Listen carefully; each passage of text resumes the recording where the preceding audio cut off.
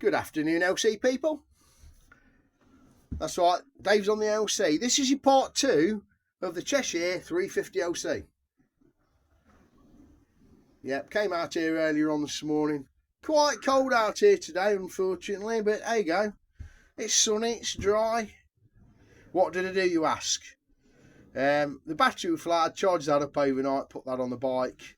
Quick look in the fuse box, and one of the spades had snapped off, and it had wire wrapped round for the fuse for the indicators. So I put a new spade on that, put a new fuse on it, pulled the bike out, and pulled the pipes off.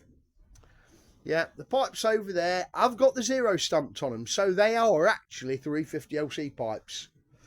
They're the earlier model pipes, because if you look at the clamps are quite thin. The upgraded ones, they must have been another 5mm thicker than this. So they're early ones, but they're in decent shape. I think there's one ding on them. Anyway, excuse my phone. So yeah, the all speeds went on without any dramas. Happy about that. So yeah, seat came off, tank came off. That's right, pulled the carbs off. Now he said it didn't want to start. He had to put fuel down the top of the carb tops before it would run. Yeah, you can imagine what's happened, what the story is. Somebody's had them to bits. Instead of doing one at a time, they've stripped them all. That's right, they are power valve. 31W, I think that must be the German equivalent of the 31K. No problem with air, that's blocked off as it should be. It's a popular upgrade, these carbs are, for LCs. People put them on them. It's had new emulsion tubes put in them. And that's about all that's been done. The sad thing was, I realised when I pulled the choke side off, that's right, it didn't have the correct bowl.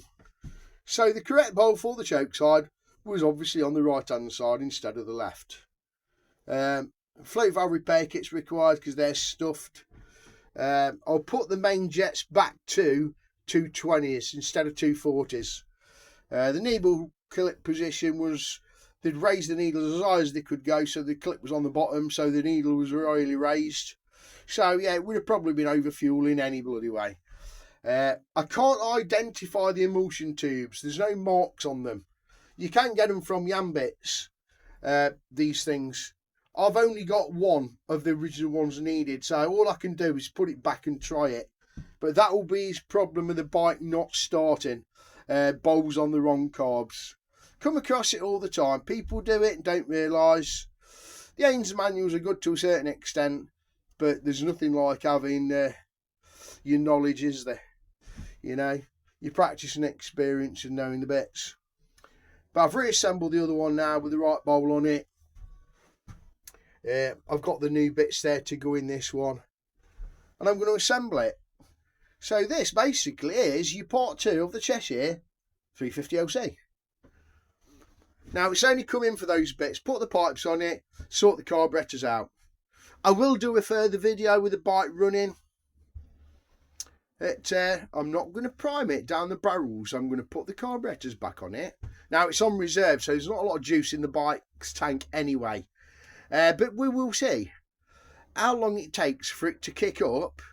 And I mean, before he said, I don't know, it just won't kick up. I had to prime it. I was like, yeah. It won't help with them bowls on wrong, will it? Anyway, folks, I'm waffling. I've got to crack on before the sun disappears and it goes down.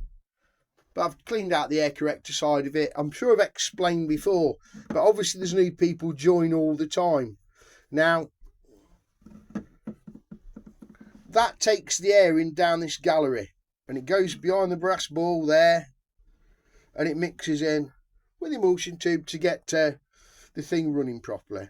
What Dave does is he puts his finger on that bloody hole there, and that one is also connected to those galleries. So I put the tube with my carb cleaner in that hole, block that one and spray it. And with the emulsion tube out, you'll see a jet of fluid go through that hole there in the middle where the needle jet goes. That's what you will find out. That's how Dave tries it.